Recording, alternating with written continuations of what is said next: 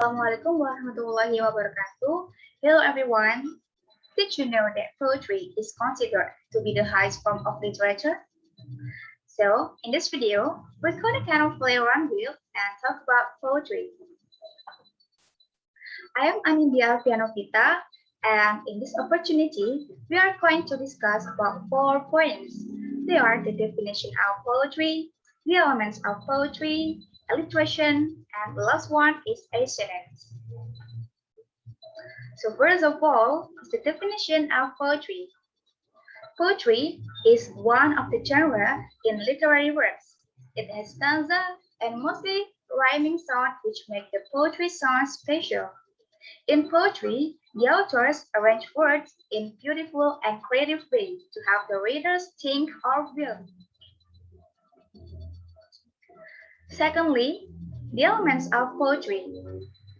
Poetry has 5 elements that will be helpful while navigating poetry, which are stanza, rhyme, rhythm, repetition, and imagery. What is stanza? Stanza is lines of poetry that are grouped as a unit and offset from other lines with a space. They act like paragraphs. According to the example, this poetry has 2 stanzas. The upper one is the first stanza, and this one is the second stanza. What is rhyme? Rhyme is the same syllable or word sounds often occurring at the end of lines of poetry. For instance, I've made up my mind, my friend. You're mine until the end. One day I'll be dressed in white with a bright future in sight. Never knew you'd be the one to make me say I'm fine. The poetry has rhyme A, P, B, and C, C. As we see, at the end of line 1 and 2, they have the same word sound, which is N, friend, N. At the end of line 3 and 4, they have the same word sound, which is it, white, and sight. And at the end of number 5 and 6, they have the same word sound, which is one and done. Moving on to rhythm. Rhythm is the beat of the poem heard in the pattern of stressed and unstressed syllables. For example, in winter I get up at night and dressed by yellow candlelight. In summer, quite the other way, I have to go to bed by day. The next one is repetition. Repetition is a recurrence of elements to create unity. For example, a horse is a horse, of course, and one can talk to a horse, of course. That is of course, unless the horse is the famous misread. The poetry has the repetition of word course and of course and in one stanza. By repeating those words, the author emphasized the main idea. Imagery. What is imagery? Imagery is the concrete representation of a sense impression, feeling, or idea. Simply, it is descriptive, sensory words that create a mental picture. For example, the softest whisper beckons me closer to you. I love you, dearest. As the example given, we could know that the poetry has auditory imagery, which explains things using our sense of hearing. Thirdly, alliteration. Alliteration is a repetition of the same consonant sounds in a sequence of words, usually at the beginning of a word of stretched syllable. Let's have a look at the example. Down the slippery slide they slid. sitting slightly sideways. It has the same sound in word slippery, slide, slit, sitting, slightly, and sideways.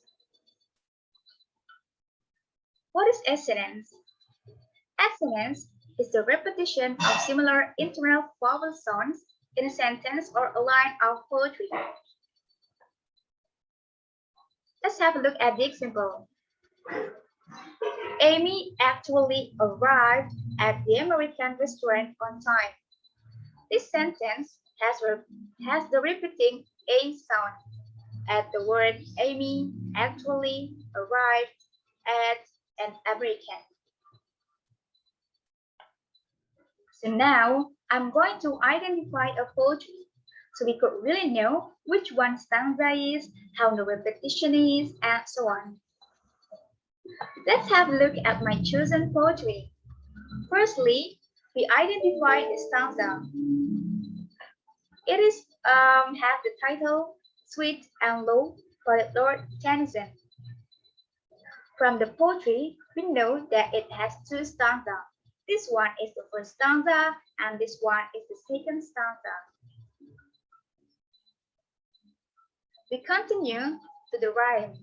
As I looked at the poetry, it has the same any word sound, which is low and low and C and C in the first stanza. However, in the second stanza, we have rest, rest, nest, and west, adding with the S sound. Let's move on to the rhythm, the beat of the poetry.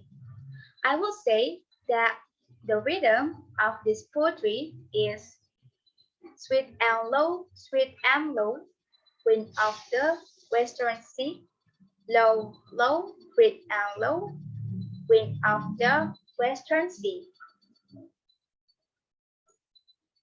Go to the imagery.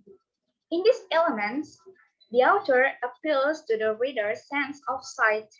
So this poetry uses the visual imagery. At the sentence, over the rolling waters go.